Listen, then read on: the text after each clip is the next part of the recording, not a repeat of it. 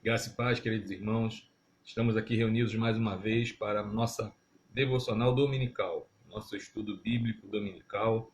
Sejam bem-vindos em nome de Jesus. Sejam bem-vindos à primeira igreja presbiteriana de Saquarema. Você vai ser abençoado, com certeza, através da palavra do Senhor, através dos cânticos entoados. Que você tenha um domingo repleto das bênçãos do Senhor. Eu te convido desde já a abrir a palavra do Senhor no Salmo 150. Salmo 150, que diz assim: Aleluia! Louvai a Deus no seu santuário, louvai-o no firmamento, obra do seu poder. Louvai-o pelos seus poderosos feitos, louvai-o consoante a sua muita grandeza. Louvai-o ao som da trombeta, louvai-o com saltério e com harpa.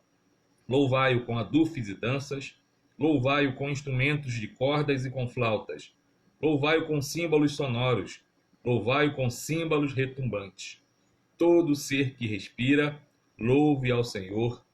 Aleluia. Você está respirando? Então louve ao Senhor. Agradeça a Deus por mais um dia que Ele concedeu a você, que Ele concedeu aos seus familiares. Vamos orar? Pai, muito obrigado, Senhor, pela noite que tivemos. Muito obrigado, Senhor, pela oportunidade de estarmos mais um dia vivo, pelo ar que respiramos.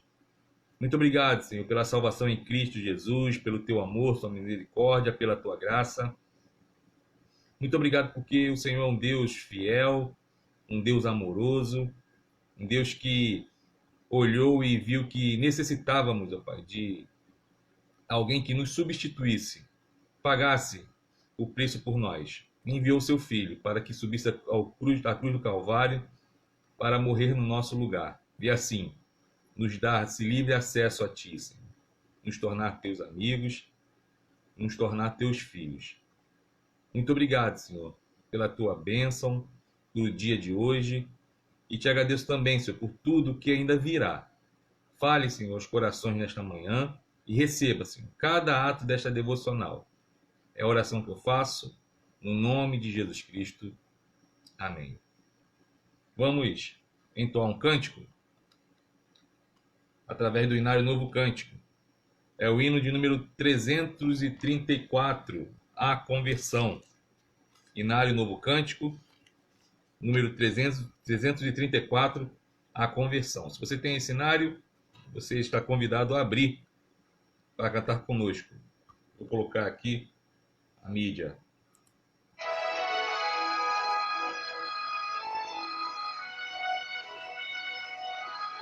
Cante com alegria. Como a palavra disse, todo ser que respira, louve ao Senhor.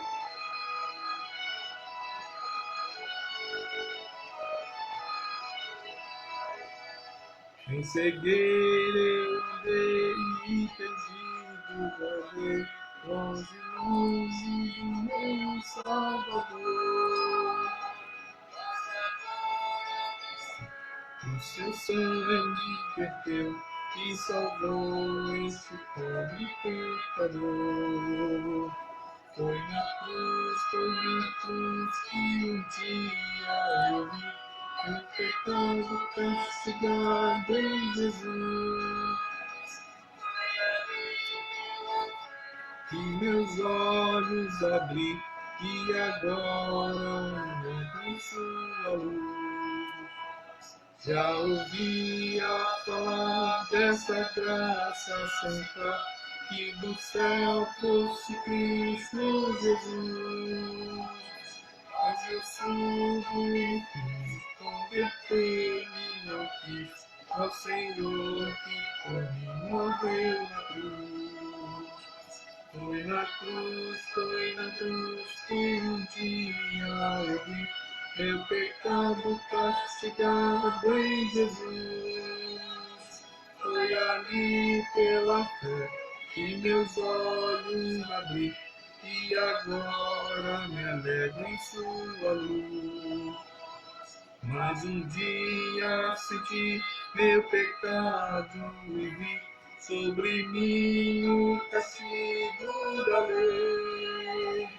apressado fugi, em Jesus me escondi, e abrigo seguro me achei. Foi na cruz que um dia eu vi meu pecado castigado em Jesus. Foi ali pela fé que meus olhos abri, e agora me alegro em sua luz.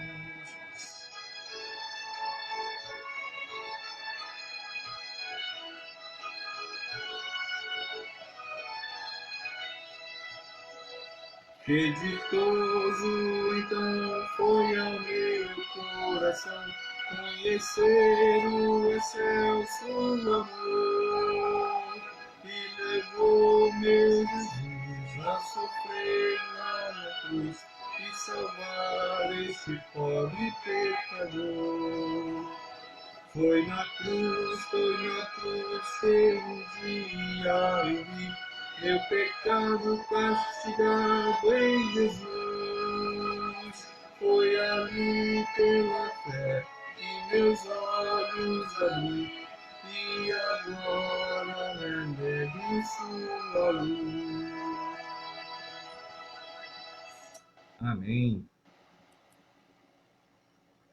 Que ditoso então foi ao meu coração conhecer o excelso amor que levou meu Jesus a sofrer lá na cruz e salvar este pobre pecador. Belo hino do Inário Novo Cântico, Inário Presbiteriano Novo Cântico. Foi na cruz, foi na cruz. E é sobre isso que nós iremos estudar hoje, sobre a autossubstituição de Deus. Mas antes de entrarmos no estudo, vamos orar, pedir ao Senhor que fale aos corações nesta manhã. Pai Santo, Pai de amor, já falamos com o Senhor através da oração, já cantamos um cântico que exalta o teu amor. E agora, Pai, te peço que em nome de Jesus, o teu Santo Espírito, ilumina os corações para poder, Senhor, aprender com este estudo.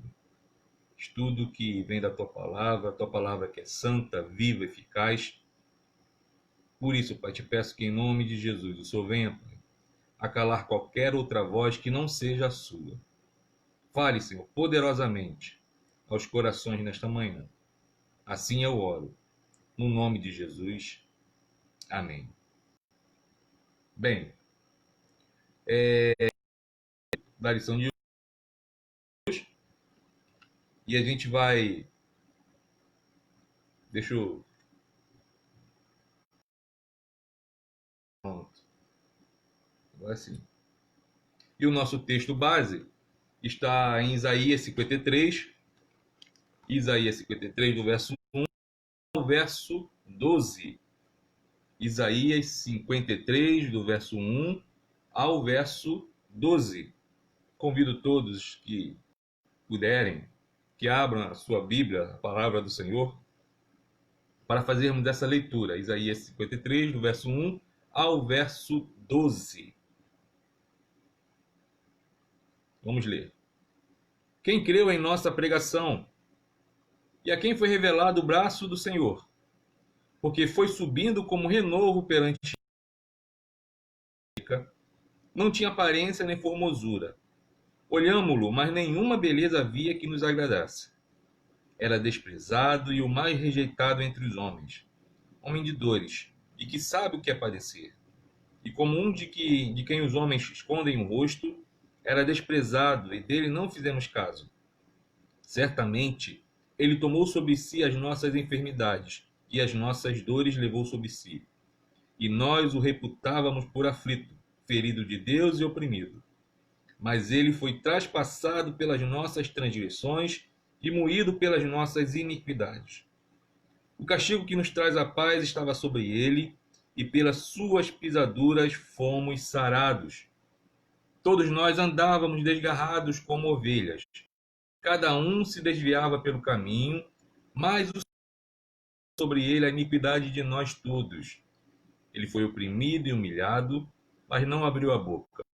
Como cordeiro foi levado ao matadouro, e com seus tosquiadores ele não abriu a boca. Por juízo opressor foi arrebatado, e de sua linhagem, quem dela cogitou? Porquanto foi cortado da terra dos viventes. Por causa da transgressão do meu povo, foi ele ferido. Designaram-lhe a sepultura com os perversos, mas com o rico esteve na sua morte, posto que nunca fez injustiça, nem dolo algum se achou em sua boca. Todavia ao Senhor agradou moê-lo, fazendo enfermar. Quando der ele a sua alma como oferta pelo pecado, verá a sua posteridade e prolongará os seus dias. E a vontade do Senhor prosperará nas suas mãos. Ele verá o fruto do penoso trabalho de sua alma e ficará satisfeito. O meu servo, o justo, com o seu conhecimento, justificará muitos, porque as iniquidades deles levará sobre si. Por isso, eu lhe darei muitos como a sua parte, e com os poderosos repartirá ele o despojo, porquanto derramou a sua alma na morte. Foi contado com os transgressores, contudo levou sobre si o pecado de muitos, e pelos transgressores intercedeu. Palavra do Senhor. Quando nós olhamos esse texto, é um texto que eu não sei aos irmãos, mas toda vez que eu leio, eu fico com o coração, eu fico muito emotivo, porque eu vejo o quanto Jesus sofreu, e esse sofrimento dele foi por um único motivo: por amor a nós. O quão indigno nós somos, o quão indigno eu sou, e mesmo assim ele morreu no meu lugar. Aí vem a pergunta: como pode Deus expressar simultaneamente sua santidade no juízo, seu amor no perdão? A resposta é somente providenciando um substituto divino para o pecador. Um substituto divino para mim e para você. De modo que esse substituto ele recebesse sobre ele todo o juízo de Deus e desse-nos a nós, pecador, o perdão. Vamos abrir lá em Romanos, capítulo 3, do verso 23 ao verso 25. É um estudo bíblico dominical, então peço que você permaneça com a sua Bíblia aberta para que possamos fazer algumas releituras. Romanos capítulo 3, do verso 23 ao verso 25, que diz assim: pois todos pecaram e carecem da glória de Deus, sendo justificados gratuitamente por sua graça, a redenção que há em Cristo Jesus, a quem Deus propôs no seu sangue como propiciação mediante a fé, para manifestar a sua justiça, por ter Deus, na sua tolerância, deixado impunes os pecados anteriormente cometidos.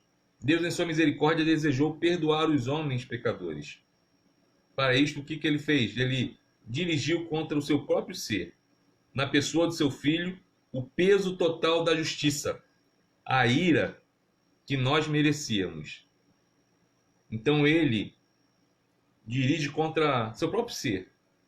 Não podemos esquecer que Deus é um, mas subsistem três pessoas: Pai, Filho e Espírito Santo. Então ele dirige contra ele mesmo, na pessoa de Cristo Jesus, a sua ira, a sua justiça, para que nós, pecadores, recebêssemos esse perdão. Esse é o mistério da salvação, de que Deus sofre nele mesmo toda a ira, para que pudéssemos ter a salvação, a vida eterna. Mas vamos dar uma olhada, já que estamos falando de autossubstituição, de como a Bíblia trata esse conceito de substituição. Primeiro, qual é a definição da palavra substituição? Bom, a noção de substituição é que uma pessoa toma o lugar da outra, especialmente a fim de levar sua dor e livrá-la dela. Estou falando do conceito bíblico de substituição. Não a palavra substituição na nossa língua, mas biblicamente. Então, substituição é que uma pessoa toma o lugar da outra, especialmente a fim de levar a sua dor e livrá-la dela. Então, aqui está falando que ao substituir-nos, Deus tomou o nosso lugar e levou sobre ele a dor e nos livrou dela. Que dor é essa? Dor da morte, morte eterna. Ele nos livrou. Está lá ainda em Romanos, capítulo 9, do verso 1 ao verso 5. Romanos, capítulo 9, do verso 1 ao verso 5, que diz assim: digo a verdade em Cristo, não minto, testemunhando comigo no Espírito Santo a minha própria consciência. Tenho grande tristeza e incessante dor no coração, porque eu mesmo desejaria ser anátema, separado de Cristo por amor de meus irmãos da carne. São israelitas, pertence-lhe a adoção e também a glória, as alianças, a legislação oculta as promessas. Deles são os patriarcas, e também dele descende o Cristo, segundo a carne, o qual é sobre todo. Deus bendito para todos sempre. Amém. Paulo aqui está falando sobre essa questão de que Cristo, ele, através dessa sua morte, ele traz a aliança. Ele traz essa nova aliança, qual nós fazemos parte. Então, a palavra substituição, ela fala sobre isso, sobre alguém que toma o lugar da outra.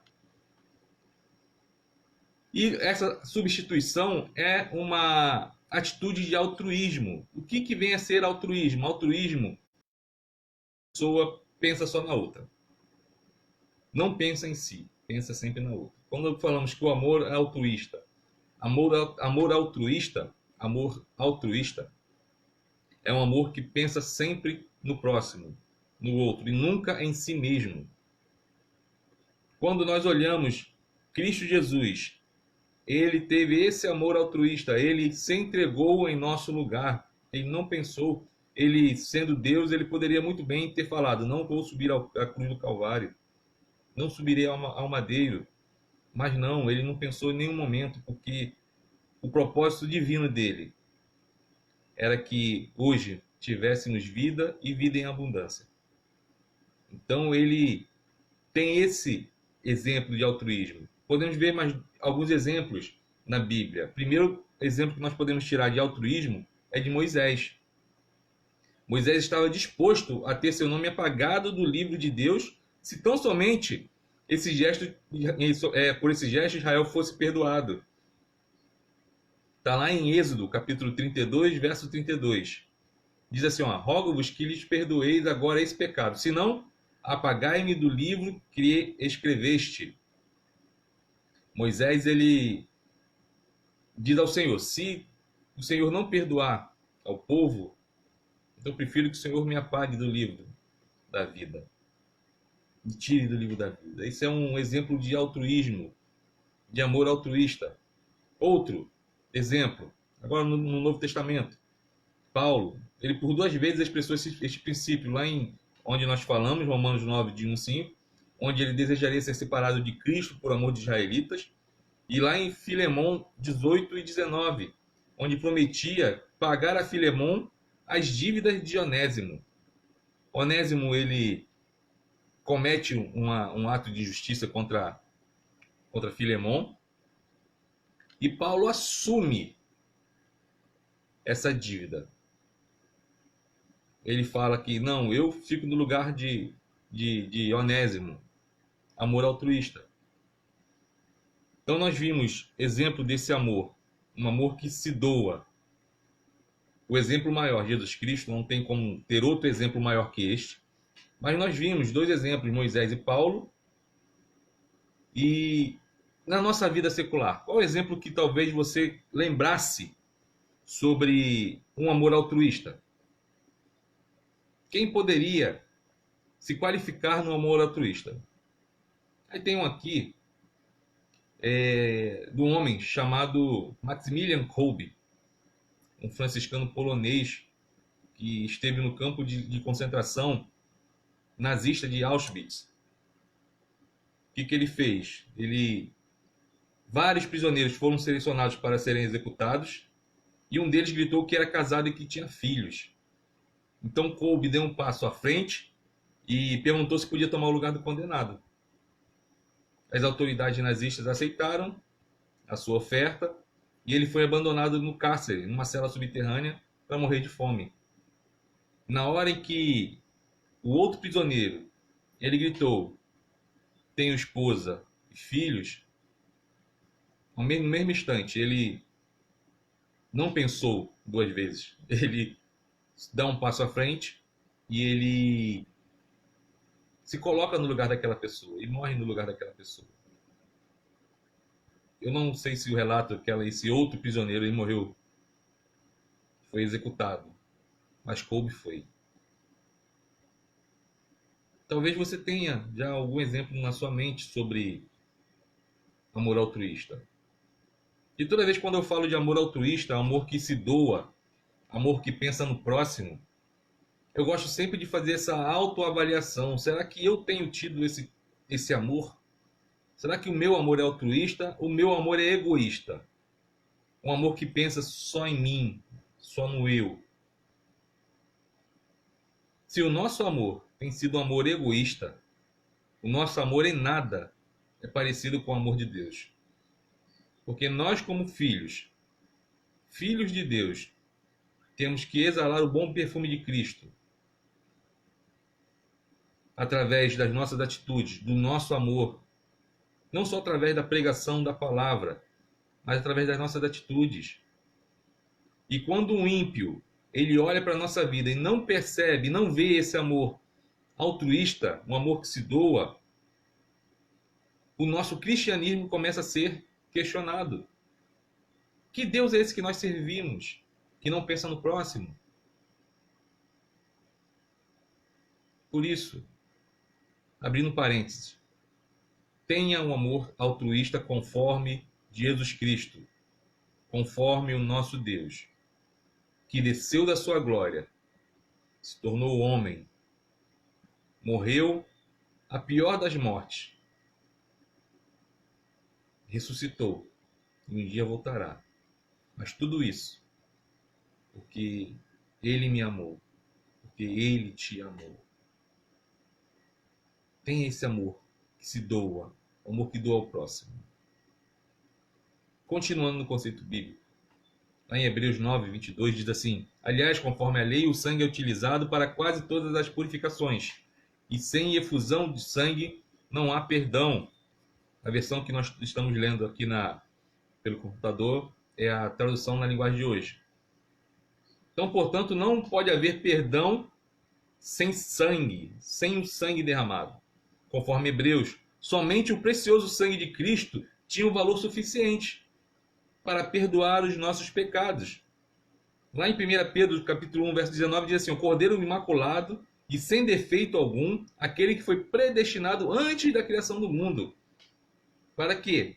Para que fosse sacrificado e o seu sangue nos purificasse de todo pecado. Amém. Olha o amor de Deus. Quando Cristo morreu na cruz, ele, por amor, nos substituiu da única maneira que poderia satisfazer a Deus. Não podemos nos esquecer, mais à frente nós iremos falar sobre isso, de que no Antigo Testamento o povo ia até o templo e oferecia sacrifícios por causa dos seus pecados. E Deus já tinha prescrito que aquele animal deveria ser um animal imaculado. Mas por que Deus fez isso? Já apontando para Cristo Jesus. Quando o homem peca no jardim do Éden, Deus chega e pergunta onde está Adão. Adão está escondido e ele fala: por que você se escondeu? Porque eu estou nu. Quem te disse que estou nu? Que estavas nu? Ele vê que o homem peca. E o que ele faz? Ele mata um animal e cobre a nudez com aquele animal, já tipificando, simbolizando Cristo Jesus, que morreria para que os nossos pecados fossem cobertos pelo sangue purificador, o sangue remidor, o sangue da remissão. Então, ele foi o Cordeiro Imaculado, sem defeito, que foi sacrificado em nosso lugar. Somente esse sacrifício, essa autossubstituição, satisfaria a ira de Deus. Então, vimos o conceito bíblico de substituição. Mas não tem como falar sobre autossubstituição sem falarmos da Páscoa. E o texto está lá em Êxodo, capítulo 12, verso 3, verso 12 a 14. E o texto que nós lemos, de Isaías 53, do verso 1 ao verso 12. Lá em Êxodo, vamos lá em Êxodo, capítulo 12, perdão. Êxodo, capítulo 12, verso 3, e depois verso 12 ao 14.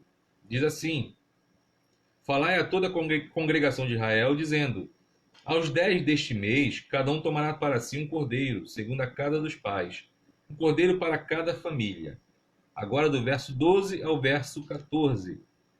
Porque naquela noite passarei pela terra do Egito, e ferirei na terra do Egito todos os primogênitos, desde os homens até os animais. Executarei juízo sobre todos os deuses do Egito. Eu sou o Senhor.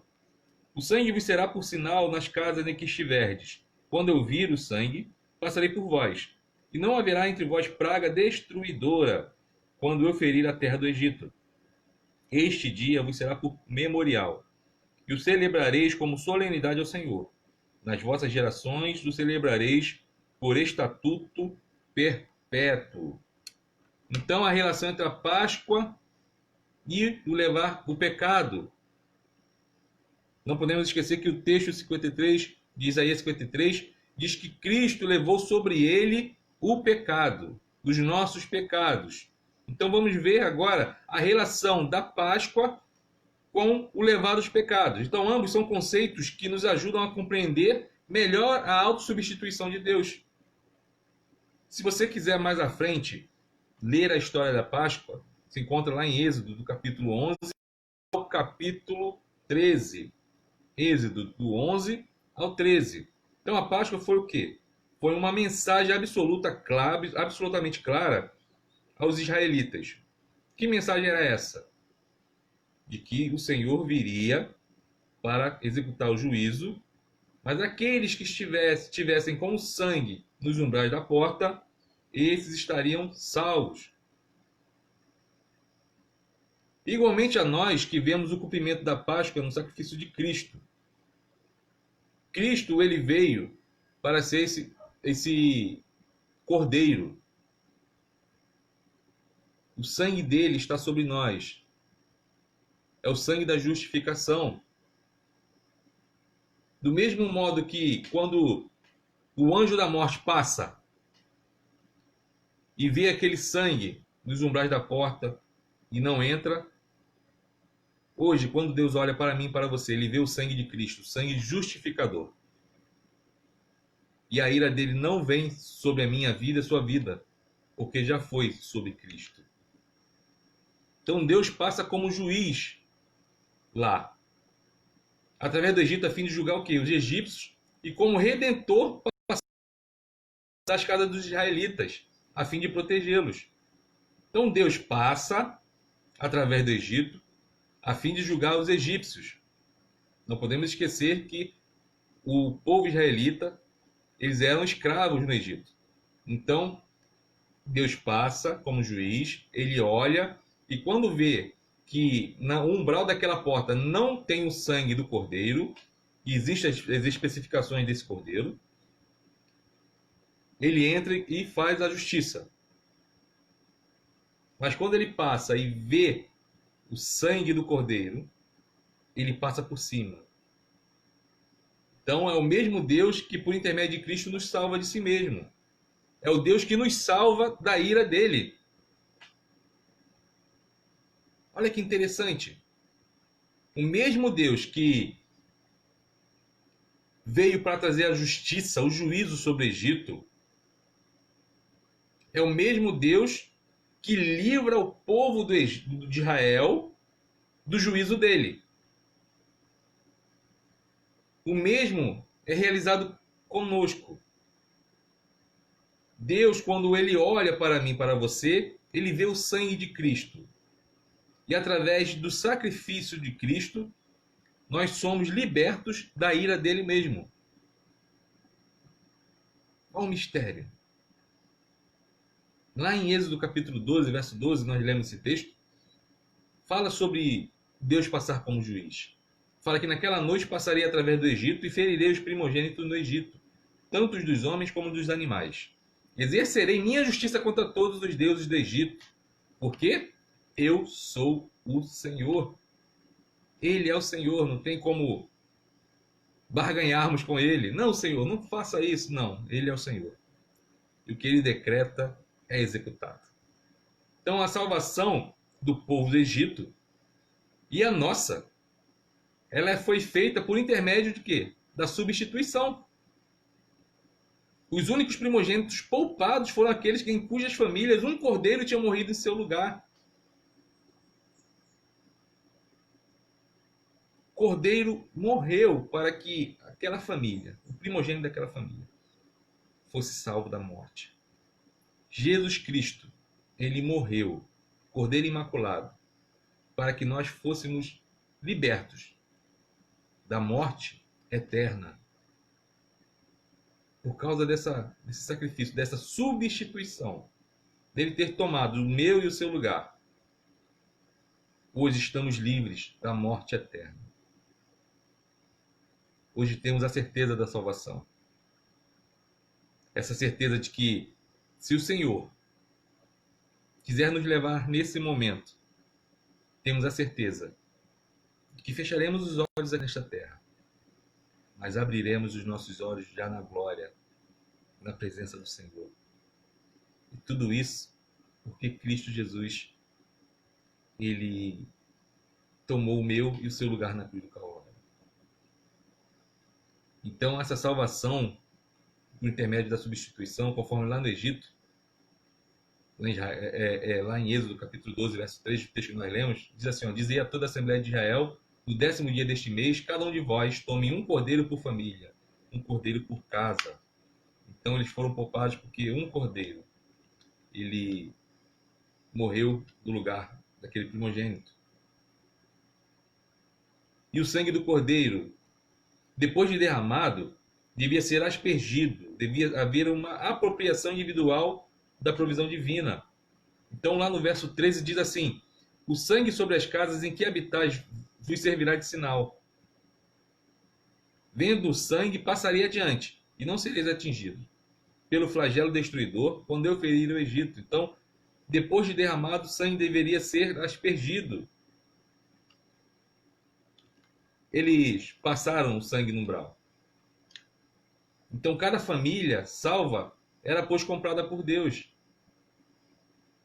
Quando nós recebemos sobre nós o sangue do Cordeiro, o sangue que nos torna mais alvos que a neve, nós somos comprados por este sangue. Ele nos compra quando ele verte na cruz do Calvário o seu precioso sangue. Então a vida toda deles agora pertencia a ele, estava também livres para ir ao Sinai celebrar. O povo, após esse episódio, eles saem do Egito, rumo à terra prometida.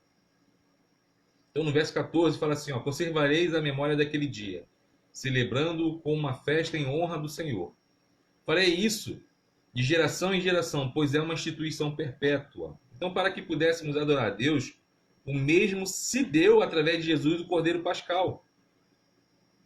Lá em João capítulo 1, verso 29, diz assim, no dia seguinte, João viu Jesus que vinha a ele e disse, eis o Cordeiro de Deus, que tira o pecado do mundo. Ele morreu em nosso lugar, derramando seu próprio sangue, para nos fazer livres, para adorar. Olha que bênção! Então nós vimos, até agora, o conceito do derramar o sangue. Sem derramamento de sangue não há remissão de pecados, não há perdão de pecados. Então Cristo, o Cordeiro Imaculado, ele derramou o seu precioso sangue para que pudéssemos ter a remissão dos nossos pecados, para que fôssemos perdoados dos nossos pecados. Ele, através desse derramamento de sangue, ele nos livra da ira de Deus. Através do derramamento de sangue, ele nos compra para si. E agora, a questão do levar o pecado sobre. Então, no Novo Testamento, temos a respeito de Cristo, que ele mesmo carregou sobre ele. Ele levou sobre ele os pecados de todos. Nós vimos isso lá em Isaías 53, verso 5. Diz assim, ó: mas ele foi traspassado pelas nossas transgressões e moído pelas nossas iniquidades. O castigo que nos traz a paz estava sobre ele, e pelas suas pisaduras fomos sarados. O castigo que nos traz a paz estava sobre ele. Então ele carrega sobre ele os nossos pecados. Quando ele na cruz, ele brada: Deus meu, por que me desamparaste?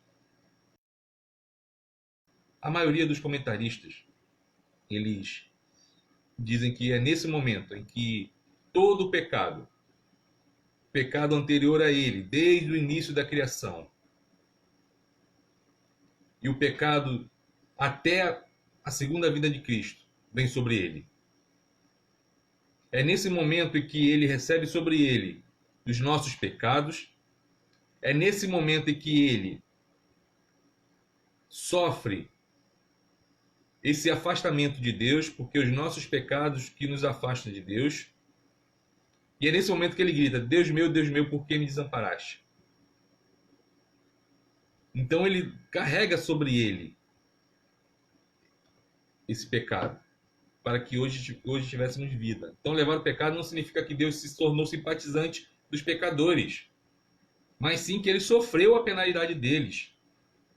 A expressão levar o pecado aparece com frequência nos livros de Levítico e de Números, e refere-se àquele que peca, quebrando as leis de Deus, que levará a sua iniquidade. Isto é, será tido como responsável e sofrerá pelos seus pecados. Só que em Cristo não pecou. Cristo não pecou. Mas em substituição a nós pecadores, ele leva sobre ele a nossa iniquidade, o nosso pecado. Então vamos entender um pouquinho, porque para falar levar o pecado sobre, temos que entender o contexto em que essa palavra é utilizada na Bíblia. Então lá em Levíticos 16 fala sobre esse cerimonial de expiação. E esse cerimonial de expiação pode explicar melhor sobre o porquê de levar o pecado em 16. Então, o primeiro passo, a gente pode ver lá em Levíticos 16, verso 5. O sumo sacerdote devia tomar 2 bodes destinados ao sacrifício pelo pecado e um carneiro para o holocausto. No segundo passo, está lá em Levíticos 16, 21, diz assim, ó: e pondo as mãos sobre a cabeça do bode vivo, confessarão sobre ele todas as iniquidades dos filhos de Israel, e todas as suas transgressões, sim, todos os seus pecados, e os porá sobre a cabeça do bode. Enviá-lo-á para o deserto, pela mão de um homem designado para isso. Então, primeiro, o sacerdote pega 2 bodes e um carneiro. Esses 2 bodes são destinados ao pecado e um carneiro para o holocausto. Depois ele pega um bode vivo, ele coloca a mão na cabeça do bode, confessa o pecado e envia ele para o deserto. Lá em Êxodo 16, 22, diz que o bode levará, pois, sobre si todas as iniquidades para longe, quando o bode tiver sido mandado para o deserto. Então, o bode levava sobre ele o pecado das pessoas. Os sacerdotes chegavam, botava sobre o bode e mandava ele embora. Ele levava sobre ele, enquanto que os outros eram sacrificados. Então, quando a gente também olha Levítico, não tem como ficar um pouco ler Hebreus e Levíticos, os dois falam a mesma coisa, de uma forma diferente. Então, quando o autor de Hebreus ele fala de Jesus, ele não hesita de falar que ele é um misericordioso e fiel sumo sacerdote. Porque ao mesmo tempo que ele carrega sobre ele o pecado, ao mesmo tempo ele faz o sacrifício. Ele é o sacrifício e executor do sacrifício. Porque ninguém mata Jesus. Jesus ele se dá. Talvez vocês se lembrem de um tempo atrás, tinha um grande questionamento sobre um determinado filme, em que o questionamento era: quem matou Jesus? O judeu?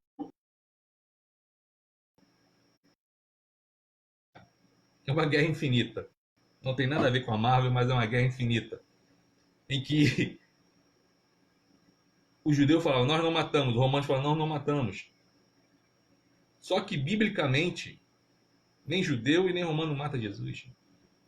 Jesus, ele dá a sua vida. Ele se entrega. Então, ele é o sacrifício e ele é o executor desse sacrifício. Por isso que ele é o sumo sacerdote, porque somente o sumo sacerdote podia fazer esse sacrifício perfeito. Ele é o sacrifício perfeito. Está lá em Hebreus capítulo 2, verso 12, 17, diz assim, e por isso convinha que ele se tornasse em tudo semelhante aos seus irmãos, para ser um pontífice, compassivo e fiel no serviço de Deus, capaz de expiar os pecados do povo. Somente ele poderia fazer isso. Somente Jesus. Então, quanto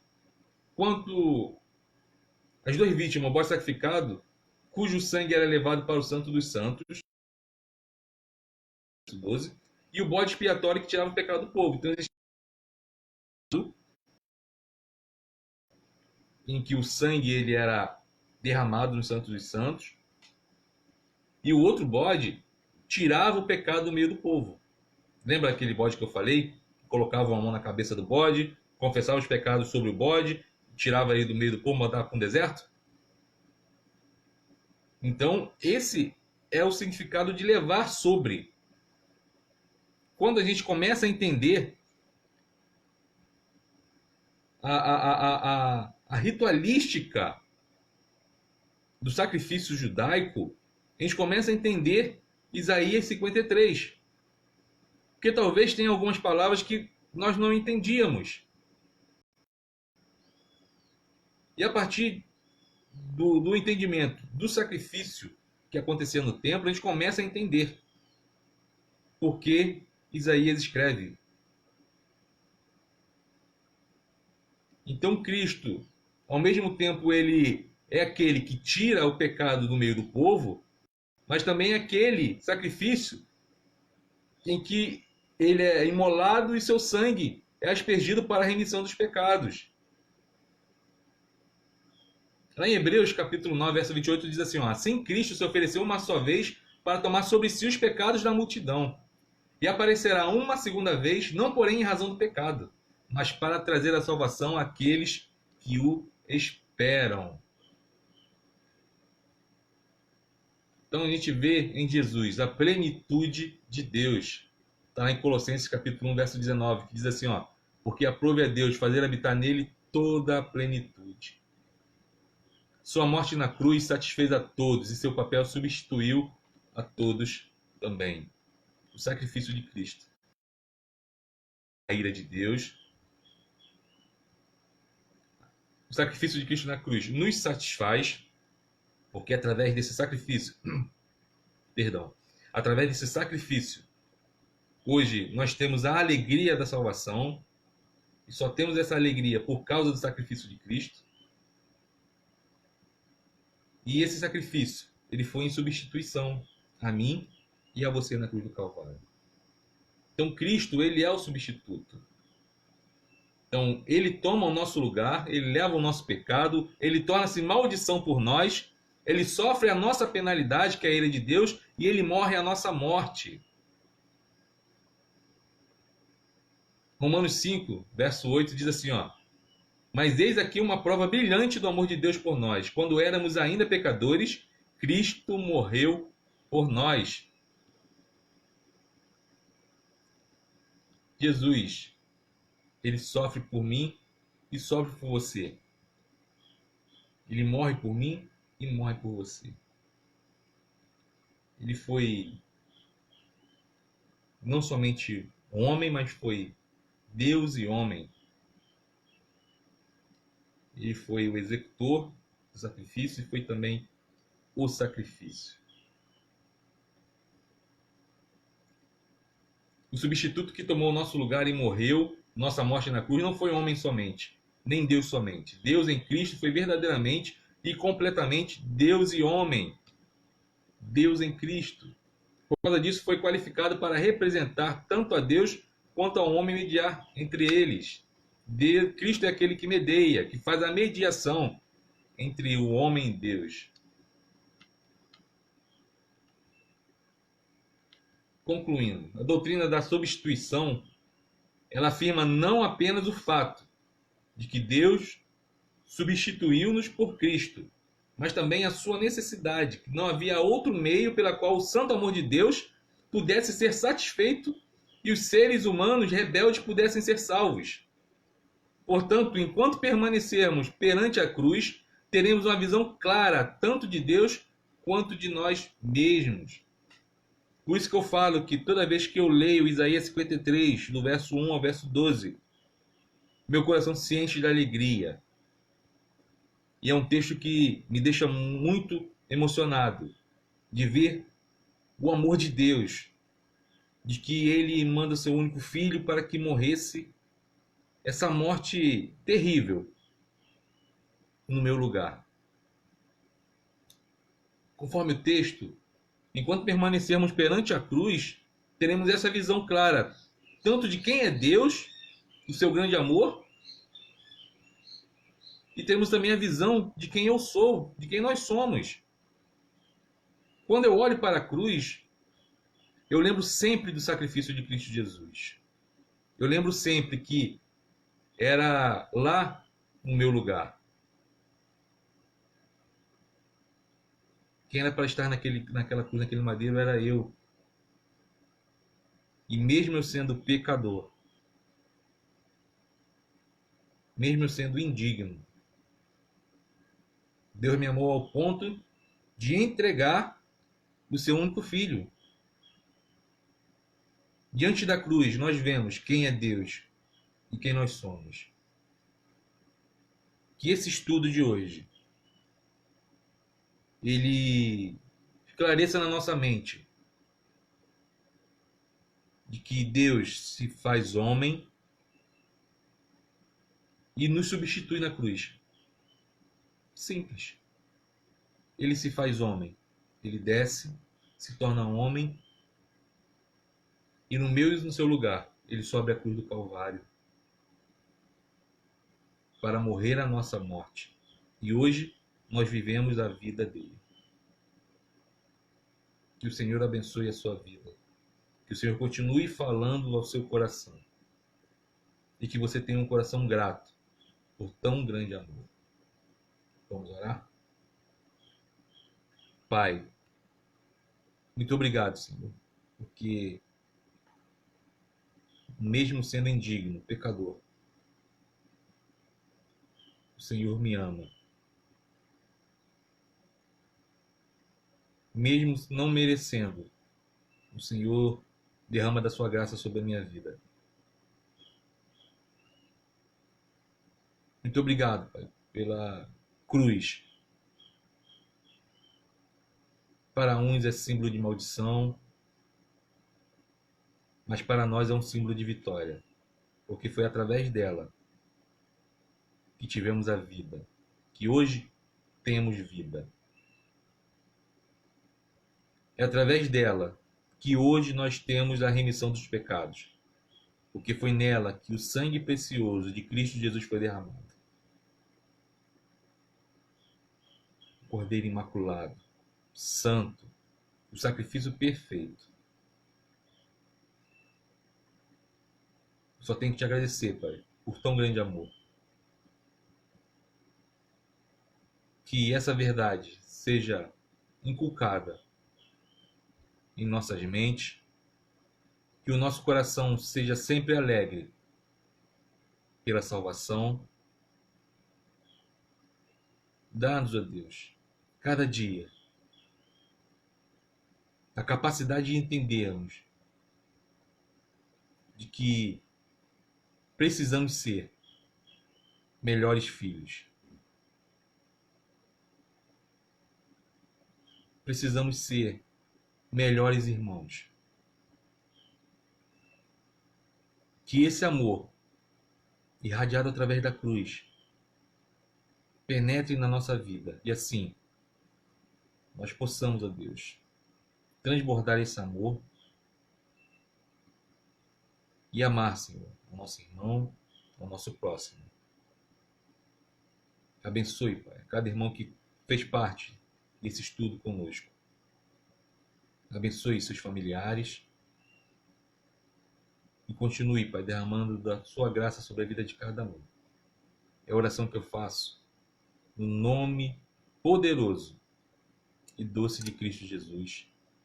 Amém. Que a graça do nosso Senhor e Salvador Jesus Cristo, o amor de Deus, o nosso eterno Pai, as doces e eternas consolações do Espírito Santo repousem sobre vós, sobre os vossos familiares e sobre todo o povo de Deus espalhado por toda a terra, não somente agora, mas para todo sempre. Amém. Que Deus te abençoe, te dê um restante de dia abençoado, em nome de Jesus.